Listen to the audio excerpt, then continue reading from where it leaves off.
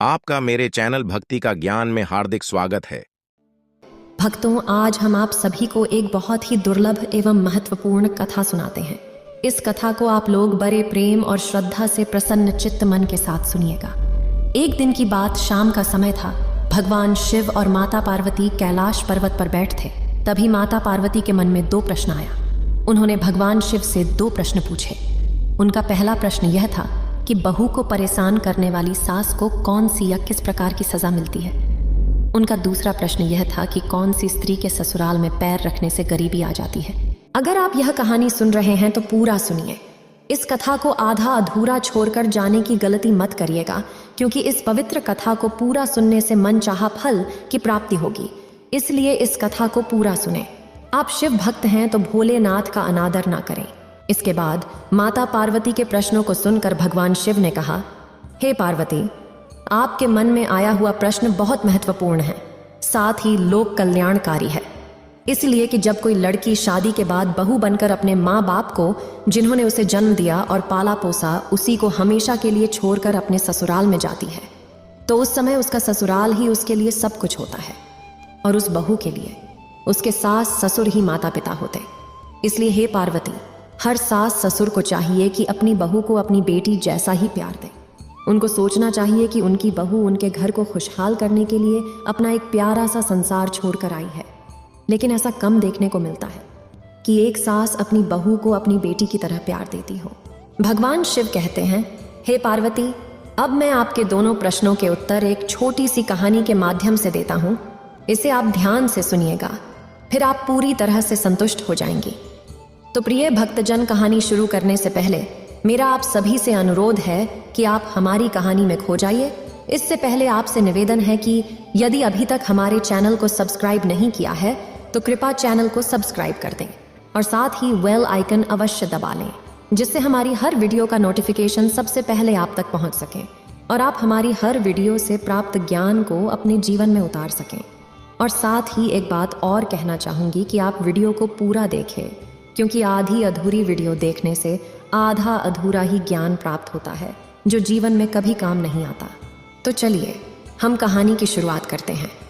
इस कहानी भगवान शिव ने माता से पार्वती कहा है, हे पार्वती, एक गांव में एक बुढ़िया रहती थी जो बहुत ही दुष्ट थी। उस बुढ़िया के पास एक बेटा था और एक सीधी सादी बेटी भी थी। वह हमेशा माँ की बातों पर चलती थी। भगवान शिव कहते हैं, हे पार्वती, अब कुछ ऐसा हुआ कि उस बुढ़िया के बेटे को गांव में कोई भी काम नहीं मिलता है। वह इतना गरीब है कि जमीन भी बेचकर वह धन कमा सके। उसे धन के लिए कुछ काम करना होगा। वह काम की तलाश में दूसरे गांव जाता है। दूसरे गांव में उसे एक अच्छा सा काम भी मिल जाता है, लेकिन वहां से उसे हर रोज अपने घर पर आने के लिए समय नहीं मिलता है। सिर्फ पूरे साल में एक बार या कुछ दिनों के लिए ही उसे छुट्टी मिलती है तो अपने घर आ पाता है, इसलिए कि वह दूसरे गांव में जाकर के काम करता है। लेकिन उसे अपनी पत्नी की भी बहुत चिंता रहती थी। इसीलिए जब उस बुढ़िया का बेटा अपने घर से काम करने के लिए दूसरे गांव पर जाता था, वो जाने से पहले हमेशा अपनी माँ से कहता था कि माँ, मेरी पत्नी को अच्छी तरह से संभाल कर रखना, क्योंकि मैं रोजाना यहाँ पर नहीं आ सकता हूँ। फिर बेटे की बात को सुनकर के वो बुढ़िया कहती थी कि हाँ बेटा, तुम बिल्कुल भी चिंता ना करना, मैं तुम्हारी पत्नी का अच्छे से ख्याल रखूंगी, उसे कोई भी कष्ट नहीं मिलेगा। तुम बेफिक्र होकर के दूसरे गांव में काम करने के लिए जा सकते हो। अपनी पत्नी की चिंता मत करो, उसे मेरे पास छोड़कर बेफिक्र तुम जाओ। भगवान शिव कहते हैं कि हे पार्वती, ऐसे ही अपने बेटे को झूठा आश्वासन देकर और उसे घर से दूर भेजकर वह बुढ़िया फिर बेटे के जाने के बाद वह अपनी बहू को बहुत परेशान करती थी। इस तरह समय धीरे धीरे बीत रहा था। वह बहू अपनी सास के आलोचना सुनकर भी चुप रहती थी, चाहे सास बहू को कितना भी कहती थी। वह जितना भी चिढ़ाती थी, लेकिन कभी भी वह बहू उसे जवाब नहीं देती थी, क्योंकि वह बहू बहुत ही संस्कारी थी और अपनी सास को अपनी माँ जैसा प्यार देती थी। फिर समय धीरे धीरे बीत गया। एक दिन उस बुढ़िया का बेटा छुट्टी पर आया। वह 2 दिन तक घर पर रुका, लेकिन उसकी बहू ने किसी तरह की कोई शिकायत नहीं की। फिर इस प्रकार छुट्टी पूरा होने के बाद में जब वो बुढ़िया का बेटा काम के लिए दोबारा जाता है तो जाने से पहले अपनी माँ से कहता है, माँ, हमारी पत्नी का ख्याल रखना, ये बहुत ही अच्छी है, आपको बहुत ही प्यार करती है, क्योंकि मैं रोज़ाना यहाँ पर नहीं आ सकता हूँ। फिर बेटे की बात को सुन करके वो बढ़िया कहती है, ठीक है बेटा, तू चिंता मत कर। मैं तेरी पत्नी का बहुत ख्याल रखती हूँ और आगे भी रखूंगी, क्योंकि ये तेरी पत्नी नहीं, मेरी बेटी भी है। भगवान शिव कहते हैं, हे पार्वती, इस प्रकार बेटे के घर से जाने के बाद अब बुढ़िया का ही राज था। अब बहू को संभालती कहाँ थी। वो तो उसे जितना हो सके उतना सतना शुरू करती है, खुद पैर फैलाकर बैठ जाती है और अपनी बहू से घर और खेत का सारा काम करवाती है। उसे सुबह जल्दी उठा देती है। उसके बाद घर का सारा काम जैसे खाना पकाना, बर्तन मांजना, पानी भरना आदि काम करवाती है। उसके बाद कभी जंगल से लकड़ियां लाने के लिए भेजती हैं। पूरे दिन वह बहुत ही मेहनत का काम करती है। उसे थोड़ी सी भी आराम करने का भी समय नहीं मिलता है। वह बुढ़िया अपनी बहू को ठीक से खाना भी नहीं देती है। कभी कभी सिर्फ पानी तो कभी वासी खाना देती है। भगवान शिव कहते हैं कि हे पार्वती, वो बेचारी बहू सब काम चुपचाप करती रहती है, कभी भी अपनी सास से किसी काम को करने से मना नहीं करती और अपनी सास के सामने कोई जवाब भी नहीं देती है, और वह अपनी सास पर कभी क्रोध भी नहीं दिखाती है। जब रात होता तो वह बहुत परेशान रहती है। उसका शरीर बहुत दर्द करता था, लेकिन वह अपने पति से यह कभी नहीं कहती कि हमारी सास माँ हमें बहुत परेशान करती है, क्योंकि वह नहीं चाहती कि घर में कलह हो और उसके पति जो दूसरे गांव में काम करने गए हैं वह भी परेशान हो। भगवान शिव कहते हैं, हे पार्वती, इस प्रकार से दिन बीतते गए और फिर एक दिन सास को पता चलता है कि हमारी बहू गर्भवती है, तो वो एकदम से विचलित हो जाती है और सोचती है कि कमाने वाला मेरा बेटा अकेला है। ऊपर से यदि एक बच्चा और आ गया तो खाने वाले का एक लोग और बाँच जाएगा।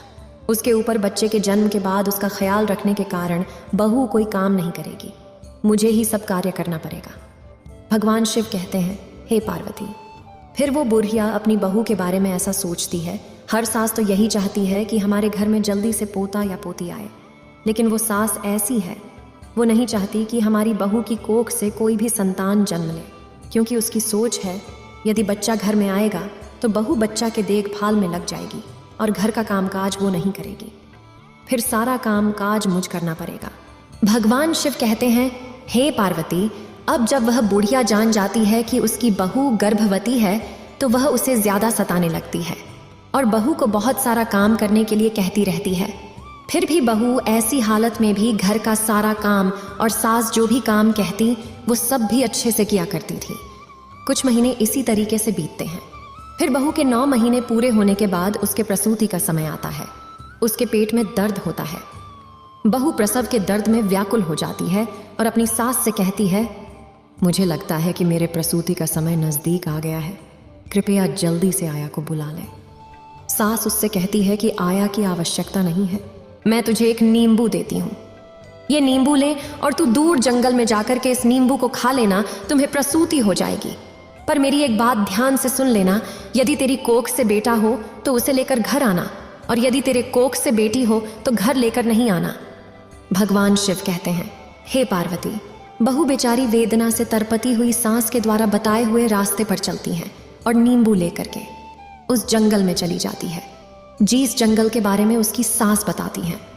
फिर वो जैसे ही नींबू खाती है, कुछ ही पल में उसकी प्रसूति हो जाती है और वो एक बेटी को जन्म देती है। भगवान शिव कहते हैं कि हे पार्वती, बहू ने उस बेटी को बड़े प्यार से दुलारती है, उसे दूध पिलाती है, क्योंकि उसने उस बेटी नींबू खाकर पैदा की थी, इसलिए उस बहू ने अपनी बेटी का नाम निम्बावती रखा। फिर इसके बाद उस बहू ने एक ऐसे पैर की खोज करती है जिसमें वह अपनी बेटी को छिपा कर रख सके। आखिरकार उसने एक ऐसा पैर खोज ही लिया जिस पैर में एक बहुत बड़े खो था। उस खो के ऊपर चिड़ियों के घोंसला था। फिर उसने अपनी बेटी निम्बावती को उस पैर की खो में छोड़ दिया और उस पैर पर रहने वाली चिड़ियों से कहा कि यदि मैं अपनी बेटी को घर ले जाऊंगी तो मेरी सास मेरे साथ मेरी बेटी को भी मार देगी, इसलिए मैं अपनी बेटी निम्बावती को इस खो में छोड़कर आपके भरोसे जा रही हूँ। हे चिड़ियों, आप सब मेरी बेटी का ध्यान रखना, भगवान शिव ने कहा। हे पार्वती, फिर बहू ने यह कहकर घर वापस घर आ गई। अब जैसे ही वह घर वापस आती है, उसकी सास समझ जाती है कि उसे बेटी हुई है, क्योंकि उसने पहले ही कह दिया था कि यदि बेटा हो तो घर लेकर आना और यदि बेटी हो तो लेकर नहीं आना। वह डर से अपनी बेटी को जंगल में ही छोड़ आई है। भगवान शिव कहते हैं, हे पार्वती, इस प्रकार वो बहू अपनी सास से कहती है कि माँ बेटी हुई थी इसलिए लेकर के नहीं आई। फिर तो बहू की बात सुनकर के वो बरिया एकदम से शोर मचाने लगती है और चिल्लाने लगती है कि मेरी बहू ने अपने बच्चे को खा लिया, मेरी बहू बच्चे खाने वाली डायन बन गई है। भगवान शिव कहते हैं, हे पार्वती, उस बुढ़िया के द्वारा बहू को इतना परेशान किया जाने लगा, मगर बहू अपनी सास की बात को अनसुनी कर देती है और मन ही मन में इस बात से खुश रहती है कि भगवान की कृपा से उसकी बच्ची जिंदा है। और फिर रोजाना वो बहू जानवरों को चराने के बहाने से जंगल में जाती है और अपनी बच्ची को दूध पिलाती है। इस तरह से कुछ दिन बीतते हैं। उधर उस पैर की खोखर में निम्बावती धीरे धीरे बरी हो जाती है। इस तरह 1 साल बीतता है और फिर उस बुढ़िया का बेटा अपने छुट्टियों पर घर लौटता है। जैसे ही घर में प्रवेश करता है, बुढ़िया अपने बेटे से कहती है, बेटा, तुम्हारी पत्नी इंसान नहीं है, वह एक डायन है जो जीवित लोगों को खा जाती है। मुझे भी तो एक बेटी थी, लेकिन तुम्हारी पत्नी ने अपनी बेटी को खा लिया।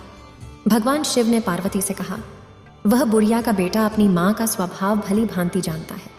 उसने समझ लिया कि यह एक साजिश है। फिर उसने अपनी पत्नी से उस बेटे बेटी के बारे में कुछ नहीं पूछा और उस बहू ने भी अपने पति से सास के बर्ताव के बारे में कुछ नहीं कहा। वह नहीं चाहती थी कि घर में किसी प्रकार का झगड़ा हो। फिर भगवान शिव ने कहा, हे पार्वती, उस बुढ़िया का बेटा कुछ दिन तक घर आकर रहता है और फिर वो बुढ़िया का बेटा काम के लिए दूसरे गांव चला जाता है। इस बीच उसकी बहू को फिर गर्भधारण हो जाता है। बुढ़िया को जब यह पता चलता है कि मेरी बहू फिर से गर्भवती है, तो वह बुढ़िया बहुत नाराज हो जाती है और अपनी बहू को पहले से भी ज्यादा परेशान करने लगती है। फिर भगवान शिव ने पार्वती से कहा, हे पार्वती, उसकी बहू दूसरी बार जब 9 महीने पूरे कर लेती है तो उसे प्रसूति का दर्द शुरू होने लगता है। तब बहू अपनी सास को पहले की तरह ही आया बुलाने को कहती है, लेकिन फिर इस बार भी उसकी सास आया को नहीं बुलाती है और एक मुट्ठी जीरा ला करके अपनी बहू को देती है और कहती, यह जीरा तुम लेकर के तुम उस जंगल में जाना और इस जीरे को खा लेना, तुम्हें आराम से प्रसूति हो जाएगी। लेकिन एक बात है, उसे तुम ध्यान से सुनो, इस बार भी अगर तुम्हें बेटा हुआ तो उसे घर लाना, अगर बेटी हुई तो उसे घर मत लाना। भगवान शिव कहते हैं, हे पार्वती, बुढ़िया के कहने पर वह बहू फिर उस सुनसान जंगल में गई और वहां जीरा खा लिया। कुछ ही समय बाद उसे प्रसूति हो गई और उसने इस बार भी एक सुंदर बेटी को जन्म दिया। और बेटी के जन्म लेते ही वह बहू पहले की भांति अपनी बेटी को बहुत ही दुलारती है, दूध पिलाती है, क्योंकि वह बेटी जीरा खाने से पैदा हुई थी, इसलिए अपनी बेटी का नाम जीरावती रखती है। और फिर पहली बेटी को जहां पर रखा था उसी खो में जा करके अपनी दूसरी बेटी को भी रख देती है और चिड़ियों को उसका ध्यान रखने के लिए कहकर वापस घर आती है। उधर बहू के घर पहुंचते ही वो बरिया पहले से भी ज्यादा जोर जोर से चिल्लाती है और गांव वालों से कहती है कि उसकी बहू ने इस बार भी अपनी बेटी को खाया है। ये तो चुड़ैल है, मगर इस बार भी बहू जो थी अपनी सास के चिल्लाने को अनसुना करती है और उधर गांव वाले भी उस बुढ़िया की बात पर ध्यान नहीं देते। भगवान शिव कहते हैं, हे पार्वती, अब कुछ दिनों के बाद लगभग 1 साल और खत्म होता है। उसका बेटा फिर वापस घर लौटता है। अपने बेटे के घर आते ही वो बुढ़िया पहले की तरह अपने बेटे से बहू की चुगली करती है और बेटे से कहती हैं कि बेटे, इस बार भी तुम्हारी बहू ने एक बेटी को जन्म दिया और उसके जन्म होते ही उसने अपनी बेटी को खा लिया। उसने अपनी बहू को डायन कहा और कहा कि वह सबसे बड़ड़ी चुड़ैल है। भगवान शिव कहते हैं कि हे पार्वती, इस तरह उस बुढ़िया की बात को सुनकर उसका बेटा चुपचाप रह जाता है और अपनी माँ से कुछ भी नहीं कहता है। उसने अपनी पत्नी से भी कुछ नहीं पूछा। फिर कुछ दिन घर पर रहकर जब वापस दोबारा काम पर जाता है तो बहू तीसरी बार गर्भवती हो जाती है। भगवान शिव कहते हैं कि हे पार्वती, इस बार भी पहले की तरह ही हो जाता है। इस बार बुढ़िया बहू को एक आम देती है और बहू उस आम को लेकर उसी जंगल में जाकर खाती है। जब वह आम खाती है तो वह एक बेटी को जन्म देती है और उसको दूध पिलाकर उसका नाम आम रख देती है और फिर उसको भी उसी खो में छिपा देती है और चिड़ियों से उसका ख्याल रखने के लिए कहकर वापस अपने घर आती है। भगवान शिव कहते हैं, हे पार्वती, अब बुढ़िया गांव के द्वार द्वार जाकर के बहू की चुगली करती है, मगर बहू अपनी सास की एक भी बात का बुरा नहीं मानती और सास की नफरत भरी बातों को अनसुना कर देती है। मगर वो बुढ़िया गांव में जोर जोर से चिल्लाती है कि हमारे बेटे की बहू डायन है, उसने 3 बेटियों को खा लिया है। भगवान शिव कहते हैं, हे पार्वती, वह बुढ़िया जिस तरह से शोर मचाती है तो लोगों को भी अब लगने लगता है कि वास्तव में उसकी बहू सचमुच ही बच्चे खाने वाली डायन है, तो लोग डर के मारे अपने अपने बच्चों को घर के अंदर बंद करके रखने लगते हैं। अब इस प्रकार से धीरे धीरे यह बात गांव के चारों तरफ फैल गया और उस बुढ़िया का बेटा जिस घर में काम करता था उसे वहां भी यह बात सुनने के लिए मिल गई। फिर तो उस बुढ़िया का बेटा यह खबर सुनकर बहुत परेशान हो जाता है और तुरंत ही मालिक से अनुमति लेकर के अपने गांव वापस आता है। जब तक बुढ़िया का बेटा अपने गांव आता है तब तक यह खबर उस राज्य के राजा के कानों तक पहुंच जाती है कि बुढ़िया की बहू वास्तव में एक डायन है। फिर राजा सिपाही भेज करके बुढ़िया को दरबार में बुलाता है और बात की छानबीन करता है। तो बुढ़िया मिर्च मसाला लगा करके राजा से कहती है, महाराज क्या बताऊं, मेरी बहू वास्तव में एक बड़ी डायन है, बच्चों को खाने वाली चुड़ैल है। उसने मेरी 3 पोतियों को जिंदा ही खा लिया है। फिर तो राजा उस बुढ़िया की बात को सुनकर क्रोधित हो जाता है और सिपाहियों को आदेश देता है कि चौराहे पर एक सूली लगवाओ और बुढ़िया की बहू जहाँ कहीं भी है वहाँ जाकर लेकर आओ और शीघ्र ही उसे सूली पर चढ़ा दो। भगवान शिव कहते हैं, हे पार्वती, इस प्रकार राजा के सिपाही शीघ्र ही आज्ञा का पालन करते ही तुरंत ही सूली बनाते हैं और जा करके बुढ़िया की बहू को दरबार में लेकर आते हैं। फिर राजा बहू से पूछता है, क्या तुम्हारी सास सच कहती हैं? क्या तुमने अपनी 3 बेटियों को जिंदा खा लिया है? मगर राजा की बात को सुनकर वह बहू चुपचाप नीचे सिर झुकाए खड़ी रहती है। फिर तो बहू को चुपचाप देख करके राजा को विश्वास हो जाता है। जैसा बुढ़िया ने बताया है उसकी बहू तो वास्तव में अपनी बेटियों को खाया है, ये तो डायन है। और फिर राजा तुरंत ही अपने सिपाहियों को उस बहू को सूली पर चढ़ाने का आदेश देता है। तो सिपाही उसे लेकर के चौराहे पर जमा होते हैं। फिर राजा भी बाहर आता है। उसके बाद राजा के दरबार के सभी मंत्री, सेनापति वहां पर इकट्ठा हो जाते ही भगवान शिव कहते हैं, हे पार्वती, इधर बहू को सूली पर चढ़ाने की तैयारी होती है तो उधर उसका पति भी घर पहुंचता है। जब वह घर पहुंचता है तो उसे घर में कोई दिखाई नहीं देता है। वह सोचता है घर में माँ और पत्नी नहीं है और घर के दरवाजे पर ताला लगा हुआ है। वह परेशान हो जाता है और पड़ोसी से पूछता है कि क्या हुआ है। पड़ोसी बताते हैं कि तुम्हारी माँ और पत्नी को राजा ने दरबार में बुलाया है। फिर वह बुढ़िया के बेटे घबराकर राजा के दरबार की ओर भागता है। वहां पहुंचकर उसे पता चलता है कि उसकी पत्नी को सूली पर चढ़ाने के लिए चौराहे पर ले जाया गया है। तब वह तेजी से चौराहे की ओर दौड़ता है। चौराहे पर पहुंचते ही वह देखता है कि राजा के प्रधान सिपाही और सभी प्रजा इकट्ठी हैं और कुछ ही समय में उसकी पत्नी को सूली पर चढ़ाने का हुक्म है। तब वह बुढ़िया का बेटा तुरंत ही राजा के सामने खड़ा होता है और हाथ जोर कर गिड़गिड़ाता है, महाराज कृपया मेरी पत्नी को सूली पर चढ़ाने से रोक दीजिए, कुछ देर के लिए मुझे एक बार अपनी माँ और पत्नी से सच बात पूछने दीजिए। यदि मेरी पत्नी अपराधी है तो मैं स्वयं कहूंगा कि उसे सूली पर आप चढ़ा दें। भगवान शिव कहते हैं, हे पार्वती, इस प्रकार राजा को कुछ दया आती है और वो राजा अपने सिपाहियों को कुछ देर के लिए सूली पर चढ़ाने का आदेश रोक देता है। भगवान शिव कहते हैं, हे पार्वती, फिर वो बुढ़िया का बेटा अपनी माँ से पूछता है, माँ भगवान के लिए सच बताओ।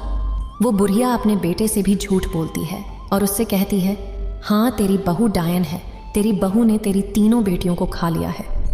भगवान शिव कहते हैं, हे पार्वती, मगर उस बुढ़िया के बेटे को अपनी माँ पर विश्वास नहीं होता है क्योंकि वो जानता था उसकी पत्नी बहुत अच्छी है, संस्कारी है, कभी झूठ नहीं बोलती, माँ की बहुत सेवा करती है, बच्चों को देखने के लिए दिन रात तरसती है। फिर ऐसी माँ अपने बच्चों को खा करके डायन कैसे बन सकती है? फिर ऐसा सोच करके उस बुढ़िया का बेटा अपनी पत्नी को कसम देकर पूछता है कि तुम मुझे सच बताओ, मुझसे झूठ ना बोलना। भगवान शिव कहते हैं, हे पार्वती, इस प्रकार उस बुढ़िया के बेटे की बहू शुरू से लेकर अंत तक की सारी बातें अपने पति को बताती हैं, लेकिन कोई भी उसकी बातों को सच मानने के लिए तैयार नहीं होता। तो वो कहती है, सच्चाई क्या है? आप अपनी आंखों से देख लीजिए। और वो अपनी बेटियों को प्यार से आवाज देती है, निम्बावती मेरी प्यारी बिटिया, संकट में मेरी रक्षा करना। जीरावती मेरी बिटिया, संकट में मेरी रक्षा करना। आमवती मेरी बिटिया, संकट में मेरी रक्षा करना। भगवान शिव बोले, हे पार्वती, जब उस बहू ने अपनी 3 बेटियों को याद किया तो उसकी 3 बेटियां तुरंत जंगल से दौड़ कर आकर माँ के पास चली आईं और माँ से लिपट गईं। इसके बाद उस बेटे को सच्चाई का पता चल गया। उसे देखकर राजा और सभी लोगों ने बहू की बातों पर विश्वास किया और सभी को सच्चाई समझ आ गई। फिर भगवान शिव ने पार्वती से कहा, राजा ने क्रोधित होकर बुढ़िया से कहा, अब बताओ सच्चाई क्या है? अब तो बुढ़िया को डर के मारे कंपन लग रही है, लेकिन उसे सच बताना ही पड़ेगा। जब राजा ने सच्चाई जान ली तो उसने बुढ़िया को फांसी चढ़वा दिया और बहू को छोड़ने का आदेश दिया।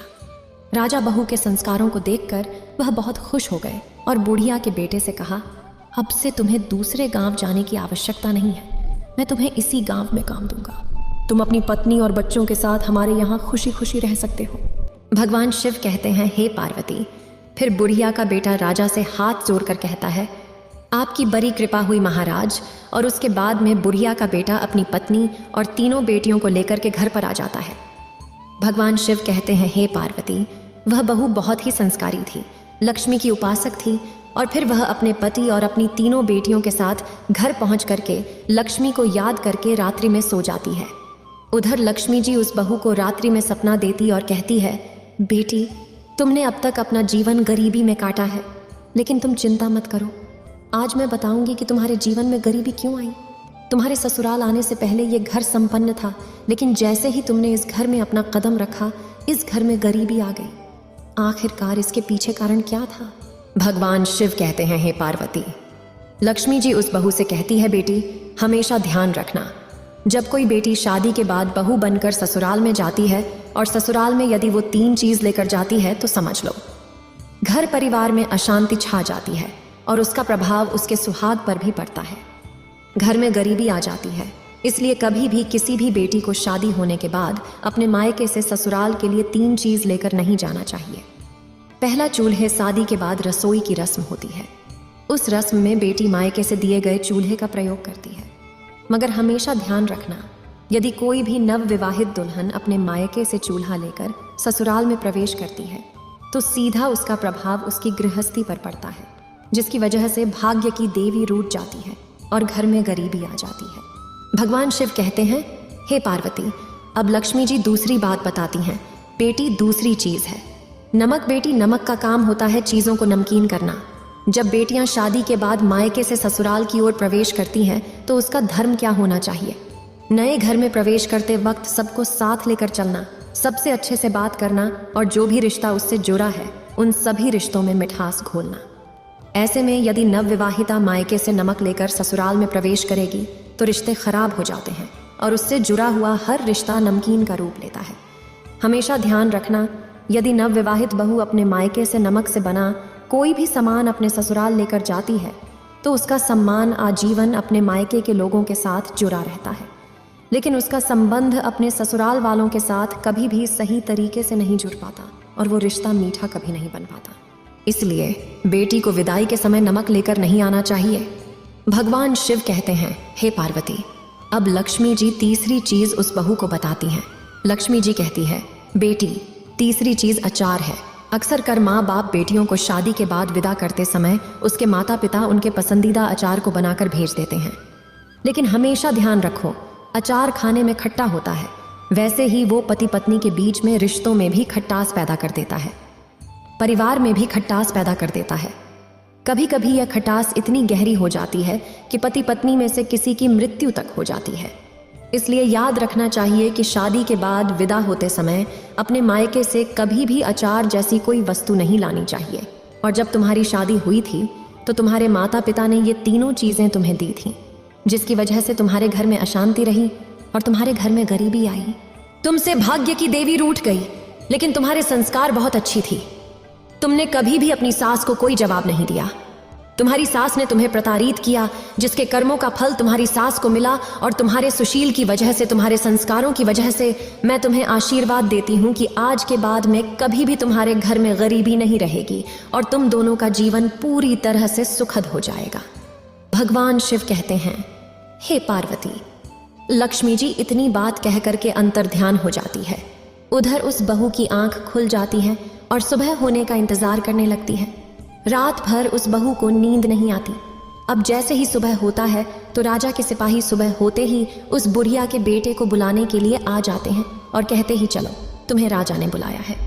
फिर जैसे ही वो बुढ़िया का बेटा राजा के दरबार में पहुंचता है, क्योंकि लक्ष्मी जी की कृपा हो चुकी थी, इसलिए राजा अपने दिए हुए वचन के अनुसार उस बुढ़िया के बेटे को अपने राज्य में एक अच्छी सी नौकरी देता है। और फिर बड़ी ईमानदारी के साथ में वो बुढ़िया का बेटा उस राजा के यहाँ पर नौकरी करता है और अपनी पत्नी तथा तीनों बेटियों के साथ में सुख शांति से जीवन बिताता है। भगवान शिव कहते हैं, हे पार्वती, अब तुम अपने पहले प्रश्न का उत्तर सुनो। तुम्हारा पहला प्रश्न यह था कि उस सास को कौन सी सजा मिलती है जो अपनी बहू को हर समय घर में परेशान करती है। तो समझो, जिस सास ने अपनी बहू को परेशान किया है उसे उसके कर्मों के आधार पर सूली पर चढ़ा दिया जाता है, जैसे कि उस बुढ़िया को सूली पर चढ़ा दिया गया। फिर वह यही कहती है कि मुझे छोड़ दो, अब मैं कभी भी अपनी बहू को परेशान नहीं करूंगी, मगर उसे छोड़ा नहीं जाता, उसे सजा भुगतनी ही पड़ती है। भगवान शिव बोले, हे पार्वती, तुम्हारा दूसरा सवाल था, कौन सी स्त्री अपने ससुराल में जाते ही गरीब हो जाती है? तो समझ लो कि शादी के बाद नवविवाहिता को अपने मायके से 3 चीजों को नहीं लेने चाहिए, यानी नंबर 1 चूल्हा, नंबर 2 नमक और नंबर 3 आचार। यदि कोई नवविवाहिता इन 3 चीजों को अपने मायके से अपने ससुराल में ले आती है तो उसके जीवन में गरीबी आ जाती है। मित्रों, इस कहानी को अपने परिवार के सभी सदस्यों को जरूर सुनाओ। मुझे पूरा यकीन है कि इसके बाद सास बहू के बीच मित्रता बनेगा और घर में कभी भी गरीबी नहीं आएगी। भाग्य की देवी लक्ष्मी कभी भी रूठेगी नहीं। अगर आपको ये वीडियो अच्छी लगी हो तो लाइक और कमेंट करें और मेरे चैनल को सब्सक्राइब कीजिए। आपका धन्यवाद।